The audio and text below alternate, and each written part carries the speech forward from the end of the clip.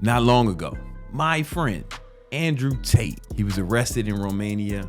The funny thing is, man, Andrew predicted this. Just to be clear, I think Andrew's innocent.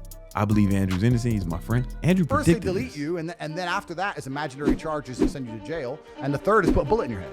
So it's like I've kind of used up one of my lives. Yeah. So you're sitting there going, now what? So when they were contacting and calling all these people, I was like, they're trying to drum up some charges on me. Yeah. They're just trying to find a reason to send me to jail for no reason. So it is scary, man, when the Matrix attacks. Like, no matter how insulated you are against it, you do sit there and go, oh, here we go. All right, yo, listen, Andrew would say this all the time. If you watch any of his videos, any of his interviews, he would always talk about how the Matrix is coming after him and they're trying to delete him and everything, right? Now, I used to always get like nervous when I heard him say that. Not because of what he's saying, but because he's saying it. Again, Andrew's my boy. Like matter of fact, let me show you something. Andrew's my guy, man. This is me, him and I and Tristan hanging out. We linked up, and this was a long time ago, right? This is like 5 or 6 years ago in Atlanta, before the Bugattis. You know what I'm saying? Before either one of us had an iced out watch. You know, like it was like 5-6 years ago, man. But those are the homies. You know, he used to have a podcast here on YouTube, him and his brother, and they mentioned me once. You know, I super chatted. I gave him, and they were like, "Hold on, let me." Andrew, Shout out King Keo. King Keo, Andrew. Mr. fucking handsome. Oh, thank you very much, King Keo. Can't wait to have you over here in Romania. I know you're like, I don't like to drive cars. Is it vodka keto? Is vodka keto? Vodka is definitely keto. And I just said another thing. We have to have Brandon Carter on Wine Night also. Right. Well, man, but the question is, can we get Brandon to drink? Sterling. Carter is Carter would be good with us. He's a serious G. No, Can I just say, he's doing that handstand shit. I'm like, I can't do that. If Brandon drinks, he might lose one of his 12 abs. Yeah. Brandon, you can go with 11 abs, G. Right. I mean, say, if anyone could get Brandon Carter to drink, I think it might be me. I'm that guy. You know what I mean? I've got that superpower. He's got it. He goes after your pride. Sterling, when I first met you, my friend, you didn't drink alcohol at all, did you? No, I didn't. No, I didn't. All right, let's stop. Listen, first of all, Tristan forgot that he tried to get me to drink once before, but he forgot because he was drunk. I said no. Anyway, I digress. Those are my boys. I believe they're innocent. But Andrew would always talk about the Matrix is trying to attack me, or they're going to come and get me.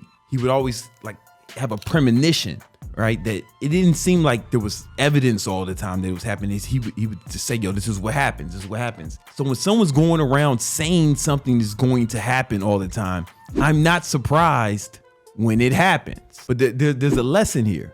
There's a part of your brain called the reticular activation system, right? It's a real part of your brain. It's not some made up shit. It's a real part of your brain located at like the root of your brainstem. When it's activated, it basically decides on what you're going to focus on, right? It's kind of like when someone gets a new car, you or your friend gets a new car, you start seeing that car everywhere. You're not magic, bro. The car was already there, you just didn't notice it. But once it was activated, once you put your attention on it, your reticular activation system went out and found it. When someone is saying something is going to happen to them, they'll start seeing reasons why that happens, and then it starts becoming a self-fulfilling prophecy, right? Never say anything about yourself you don't want to be true. There's a dude named Bill Buckner. He played, I believe it was the Red Sox. I mean, he played for a lot of teams, right? It was right before the World Series. He said, the dream is that you're going to have a great World Series win. The nightmare is that you're going to let the winning run score on a ground ball through your legs. He said this 11 days before the World Series. This is what happened.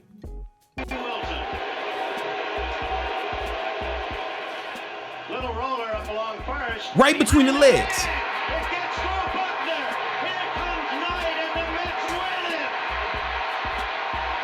Yo, he said it 11 days before it happened. He said that would be the nightmare, to let the winning ball go between your legs. And he let the winning ball go between his legs, right? Listen, your words are powerful. Never say anything about yourself you don't want to be true. Again, I believe Andrew's innocent. That's my boy. He went around all the time saying, the Matrix is after me. They're going to put me in jail. The Matrix is after me. They're going to put me in jail. They're going to try to kill me. They're going to do this. They're going to do it. Before he got shut down, he said they're going to shut me down. They're going to silence me.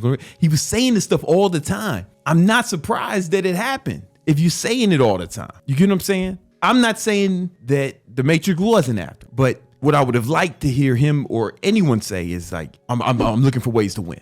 right? You know, I'm looking for ways to succeed, as opposed to saying, oh, they're coming after me, right? I'll be like, oh, listen, talk about solutions. Let's talk about things that are going to happen good for you. I think there's a lesson here, because your words have power, and they have a lot more power than you give yourself credit for. Your brain is powerful, and you have to really watch what you input in your brain. So if anybody comes to my house, the first thing they're going to see when they get out my private elevator in the penthouse, first thing you're going to see is a money rug, a big $100 bill rug. And you're going to see a bench next to it. Cause okay, I got my own private elevator, rich nigga shit, You need the doorman has to like let you in. You can't just get in. Doorman has to let you in, or you gotta have a key to get on my floor, cause it's the only elevator. It only goes to my house, right? Rich nigga shit. Anyway, as soon as you open, you're gonna see, before you get in my house, the elevator opens and there's like a little hallway, and we put money shit in there. Cause I want you to know what kind of time we on. We on money time. You open it. You open the door. Boom. What you gonna see? Another money rug. You go in my office, right? In my office where I work. This is just a studio room. It's a big ball, right? And you're gonna see multiple money rugs, right? Because I'm trying to input in my brain getting money. Because here's the thing: if you get a car, someone else gets a car, then you start seeing that car everywhere. What happens if you start telling yourself to think about money? Now you're gonna start seeing opportunities to get money everywhere. You get what I'm saying? Pac, the last album, he was making this album before he died, and he showed him being killed, right? He depicted himself getting killed. And then what happened? What was Biggie's album? What was the album he was working on before he was killed? Life After Death. What was the name of his first album? Ready to Die, right? You gotta be real careful about what you say about yourself. I'm telling you, I'm not saying that they made it happen, but I'm not saying that they didn't, right? Like, your words have power. Your words have power. What you input in your mind is powerful, bro. I'm telling you. I never say anything about myself I don't want to be true. And I don't let anyone around me say things about themselves that they don't want to be true. You get what I'm saying? I only talk about getting money. I only think about getting money. I knew this guy, and he had an 8-figure business. He's making more money than me. His business was making $10 million a year. He was a big time Trump supporter. Big time.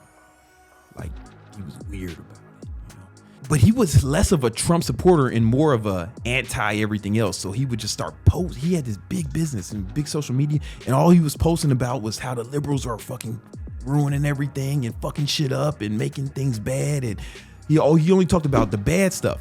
Again, if you get a car, or your friend gets a car, and then you start seeing that car everywhere, what happens if you start talking about all the problems in the world all the time? What happens? You're gonna start seeing more of that. Now here's where it gets fucked up. He was talking about they're ruining the economy, they're ruining everything. Boom. Dude started going broke. One of my best friends was running his ads, right? And he was like, yo, these ads just ain't converting no more. He's fucking up his whole business, right?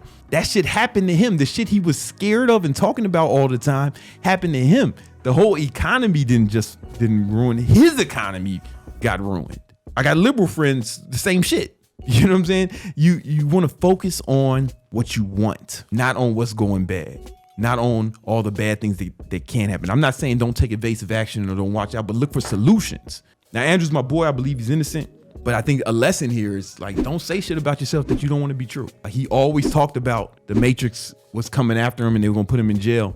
Now he's in jail. Biggie had an album called Ready to Die, then Life After Death, and he died. Pac had an album where he put himself in as being killed, and he was killed.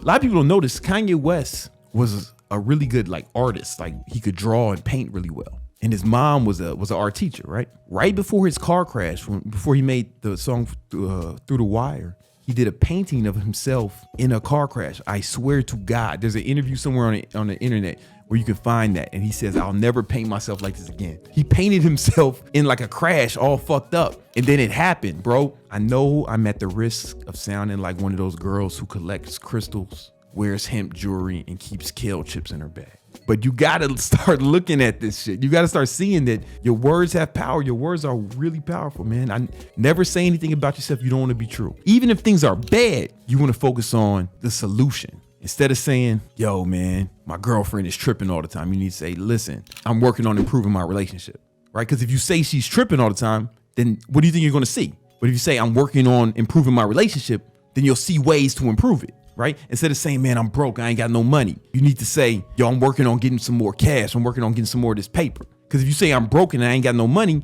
you'll see reasons why that's true and it'll be reinforced. But if you say, listen, I'm working on getting some cash right now, man. I'm looking for ways to get some more money. You'll see ways to get some more money. I swear to God, real shit. Never say anything about yourself you don't want to be true. Never say anything about your situation you don't want to be true. I'm not telling you to be positive, but definitely don't be negative. You can't be negative. You need to be solution orientated all the time, right? If something's going wrong in your life, focus on solution. You're like, damn, instead of saying, man, I just lost all this money. It's like, I got to get this money back.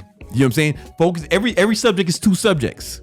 Oh, I'm so thirsty. Oh man, I'm dying of thirst. No. I'm about to get me some water. You know what I'm saying? It's like, you know, oh man, I'm so tired. It's not, oh, I'm so tired. It's like, man, I need to get some energy. Let's go.